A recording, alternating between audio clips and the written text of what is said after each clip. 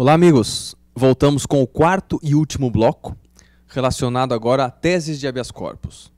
Por que eu vinculei teses de habeas corpus com liberdade provisória? Já expliquei no primeiro bloco para vocês, eu estou tutelando a liberdade de ir e vir.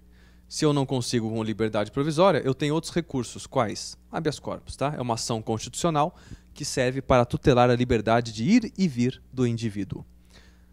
Já temos decisões relacionadas a habeas corpus após a aprovação da Lei 12.403? Sim, temos. E obviamente os senhores devem imaginar a quantidade de habeas corpus que é feita diariamente nos tribunais de nosso país, não é verdade? Quando o meu cliente é preso de forma ilegal, eu peço relaxamento do flagrante. Se isso não me é concedido, eu imediatamente impetro um habeas corpus. Vou além. Há casos em que você nem faz o pedido de liberdade provisória, nem faz o pedido de relaxamento do flagrante e você já impetra um habeas corpus, tamanha a ilegalidade da prisão. Vamos agora trabalhar com alguns temas relacionados a habeas corpus, em especial focados na Lei 12.403. Muitos alunos e colegas vêm conversar comigo para falar a respeito dessas teses de habeas corpus. Ou seja, professor, depois da nova lei, há algum pedido novo de habeas corpus que eu posso fazer? E eu identifiquei alguns casos aqui para tratar com os senhores a partir de agora. Então, vamos lá focar na questão das teses de habeas corpus, tá? Não são muitas, mas são importantes, todas elas são muito importantes. E fica aqui a dica para você forçar a situação em busca do provimento dessas ordens, tá? Impetrem a ordem, ela será conhecida no tribunal e, quiçá, provida, dependendo da sua argumentação. Isso é importante. Então, vamos lá. Primeiro, tese de habeas corpus, segunda parte da nossa aula. Número 1. Não cabimento da prisão em flagrante. Não cabimento da prisão em flagrante. Grande discussão jurisprudencial relacionada a esse tema. A nova lei 12.403 de 2011 trouxe uma regra que está prevista no artigo 313, inciso 1º, diz o seguinte: não cabe prisão preventiva para crimes cuja pena prevista em abstrato, pena máxima prevista em abstrato, não ultrapasse 4 anos. Que isso? Se o crime que o sujeito cometeu, a pena dele vai até 4 anos, ele não pode ser preso preventivamente. É isso mesmo. Está no artigo 313, inciso 1º. Pô, mas qualquer caso? Não, calma. Vou explicar. Apenas no caso de réu primário. Por quê? Gente, se o réu é primário, se ele nunca cometeu um crime antes, em regra, numa ação penal em que exista uma condenação final até no máximo de 4 anos, eu consigo penas restritivas de direito. Ah, mas e se o crime foi cometido com violência ou grave ameaça, em que não cabe restritiva, ele não seria preso? Não. Ele inicia a execução da pena em regime aberto.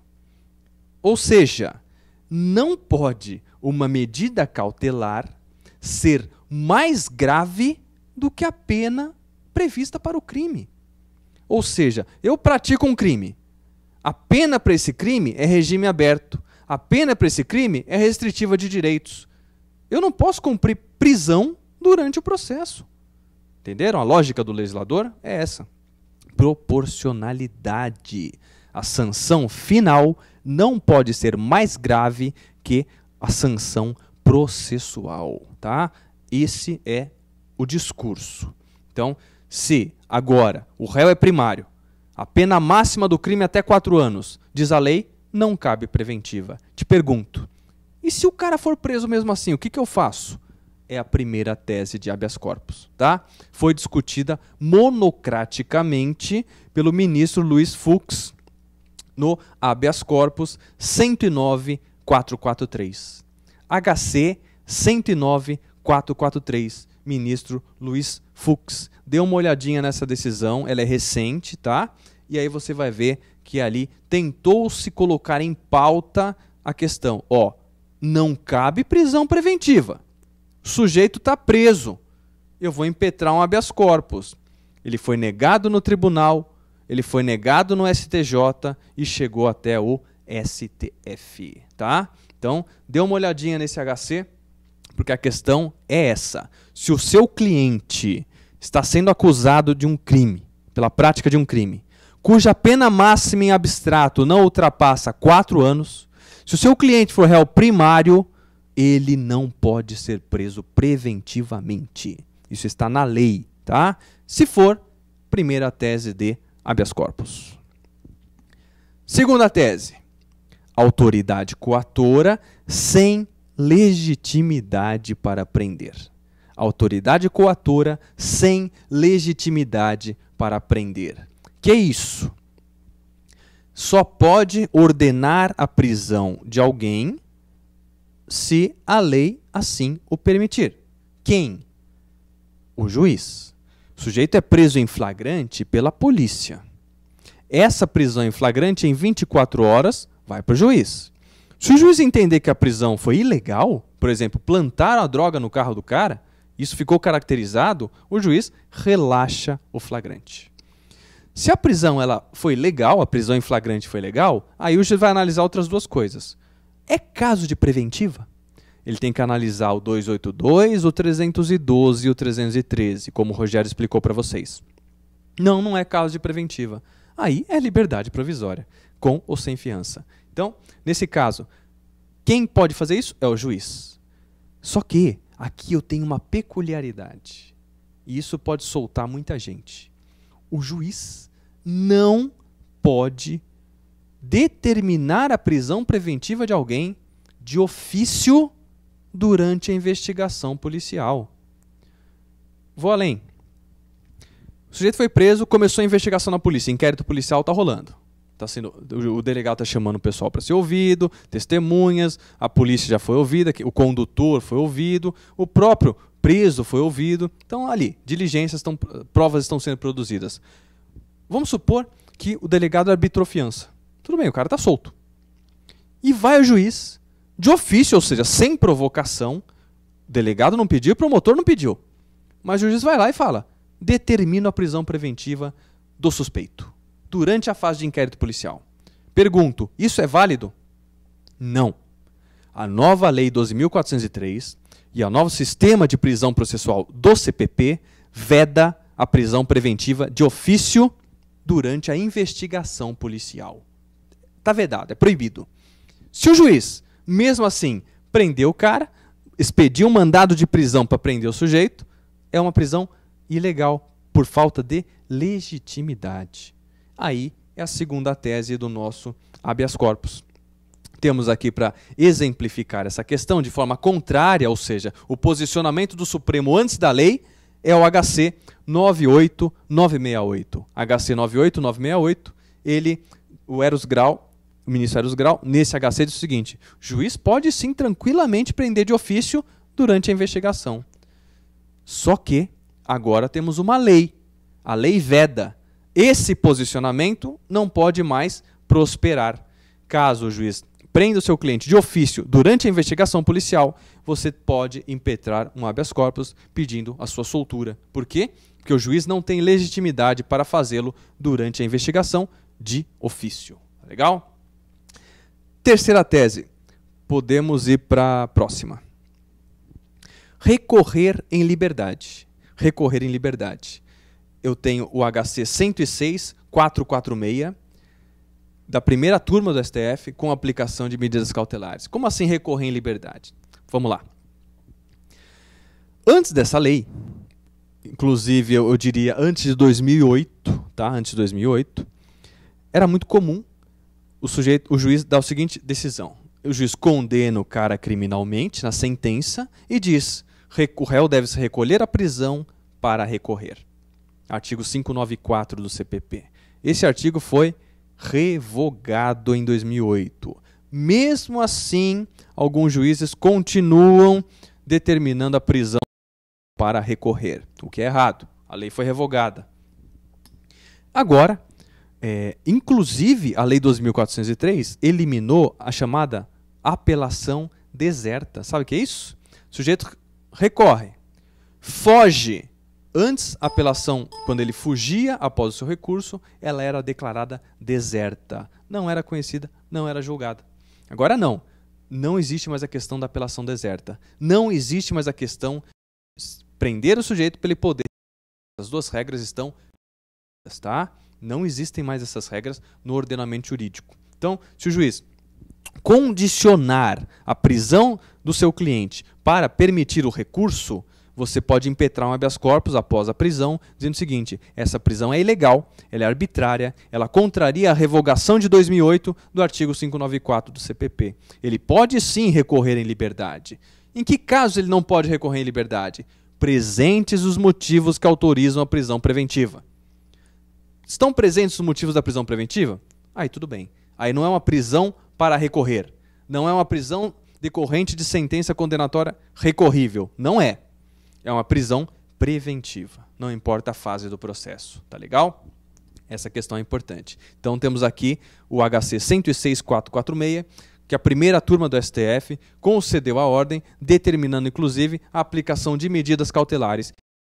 Prisão nesse caso, tá? O voto do ministro Dias Toffoli acabou prevalecendo nessa questão da recorrer em liberdade. Próximo tema: arbitramento irregular de fiança. Arbitramento irregular de fiança. Temos um habeas corpus da ministra Carmen Lúcia em sentido contrário ao pedido do HC, mas é importante você observar esse habeas corpus para buscar o quê? Os fundamentos utilizados, tanto pela defesa, quanto pela acusação, quanto pela ministra, tá? É o HC 110.817. HC 110.817, que trata do arbitramento irregular de fiança. Repito, falamos aqui anteriormente, vou falar agora rapidinho. O que é arbitramento irregular de fiança? Primeiro, arbitrar fiança para réu pobre é errado. Se ele não tem dinheiro, não pode arbitrar, artigo 350 do CPP. E segundo, ele tem dinheiro, mas não tanto. Você arbitrou uma fiança de R$1 milhão para o cara da classe média. Está errado. Isso eu chamo de arbitramento irregular de fiança. Como ele nunca vai poder cumprir, porque ele não tem o dinheiro, ele, posteriormente, pelo descumprimento, é preso preventivamente. Essa prisão, cuja origem é esse arbitramento irregular de fiança, é atacável via habeas corpus, tá? Vamos continuando? Quinta tese de habeas corpus. Aplicação retroativa da lei. Aqui a decisão é do desembargador Geraldo Prado, do Tribunal de Justiça do Rio de Janeiro, da Quinta Câmara. O que importa é a lição do Geraldo Prado nesse caso, guarde isso para sua tese de HC. Acho que aqui é o menor dos problemas. Eu, particularmente, eu pensava que nenhum juiz ia dar aso a esse tipo de prisão. Mas, se chegou no Tribunal de Justiça do Rio de Janeiro, algum juiz de primeira instância decidiu de forma contrária. O que quer dizer isso, aplicação retroativa da lei? Quando a lei entrou em vigor, por exemplo, falando que não cabe preventiva para réus primários em crimes com pena máxima e abstrata até 4 anos, essa norma retroage ou não retroage? Claro que retroage. Eu estou falando de liberdade. Liberdade é um direito constitucional. Não há que se falar que é uma norma exclusivamente processual, que vale daqui para frente, de forma alguma. Retroage sim. Tanto retroage que os tribunais de justiça do Brasil baixaram portarias, resoluções, para que seus magistrados chamassem todos os processos de réu preso em conclusão para fazer a nova análise com base na Lei 12.403. Tá? Mas, se o seu cliente está preso durante o processo exclusivamente pelo flagrante, é uma prisão ilegal. Ninguém pode ficar preso durante o processo pela prisão em flagrante. Tá legal? Você tem que pedir para o juiz: ô juiz, é caso de preventiva ou não é? Se for, converte o flagrante em preventiva. Se não for, liberdade provisória com ou sem cautelares. Tá legal? Próxima tese é a prisão preventiva com base na gravidade do delito. Ali no artigo 282, inciso 2º, artigo 282, inciso 2º, há uma previsão dos princípios, obviamente, dos princípios da adequação e da necessidade, mas ele diz o seguinte, vou pedir licença para você para ler o artigo para você vislumbrar a questão. A medida cautelar prevista nesse título será aplicada observando-se, vem lá primeiro a necessidade, e no 2 ele diz adequação da medida. Adequação a quê? A gravidade do crime. Com base numa análise superficial desse inciso, alguns juízes estão determinando a prisão de alguns acusados, suspeitos, indiciados, réus, dizendo o seguinte, o crime é grave, cabe prisão preventiva. Gente, isso é um equívoco. Isso é lamentável. A análise conjunta dessa gravidade do crime com o 312 e o 313, perfeitamente correto, permitido, lícito, mas ignorar o 313, ignorar o 312, trabalhar com o decreto de prisão única e exclusivamente nessa expressão, gravidade do crime, é errado. Isso pode e deve ser atacado via habeas corpus. Está aqui outra tese para vocês. 7ª questão, decretação de prisões já revogadas. Viu o que eu falei para você? Prisão para apelar, prisão decorrente de sentença de pronúncia, prisão decorrente de sentença condenatória recorrível. Nada disso existe mais, tá, gente? São prisões revogadas do nosso ordenamento. A coisa agora é muito mais simples. Lá na fase da polícia, eu posso ter o quê? A prisão temporária. Durante o processo, ou lá mesmo na fase da investigação policial, eu posso ter a prisão preventiva. Ponto. Não tem mais prisão. Ah, mas e a prisão domiciliar? Prisão domiciliar é uma forma de cumprimento da prisão preventiva, tá? Então, guarde isso.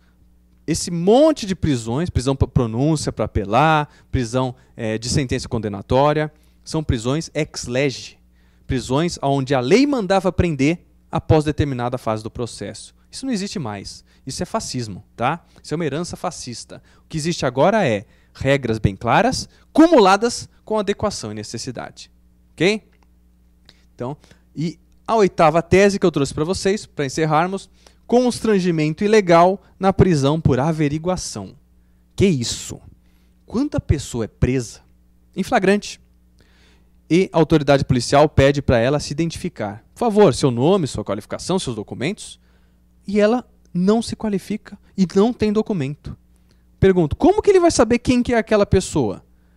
Vem a lei, no artigo 313, parágrafo único, e diz o seguinte, nesse caso, você pode prender preventivamente essa pessoa até descobrir quem ela é, tá? Chamada prisão para averiguação. Essa prisão é válida? Sim, é válida. Está prevista na lei, sem problema nenhum. Agora, se ele foi preso com base nessa assertiva, prisão para verificar quem é aquela pessoa, ela vai e se identifica. Está aqui meu documento. Mesmo assim, ela continua presa com base naquele dispositivo. Aí é ilegalidade pura. Aí você pode impetrar habeas corpus, tá? É a 8ª tese que eu trouxe para vocês. Então percebam quantas teses nós temos relacionadas à nova lei. Essas são apenas algumas, as principais que você já pode usar de plano, tá? Que eu trouxe para vocês nesse simpósio virtual. Fechando aqui a questão do habeas corpus. Trouxe 8 teses para vocês, tá? Teses já com respaldo jurisprudencial, algumas ainda sem posicionamento de tribunais superiores, mas com posicionamentos contrários. Isso é importante. O posicionamento é contrário antes da lei. Por isso que eu trouxe isso aqui. Depois da lei, vamos aguardar como a coisa vai funcionar. Ah, mas e se não chegar no tribunal superior? Bom sinal. Sinal que o juiz de primeira instância cumpriu a lei, você não precisa ir para Brasília. Sinal que o Tribunal de Justiça ou o TRF seguiu direitinho o trâmite da legislação, você não precisa ir para o STJ e para o STF.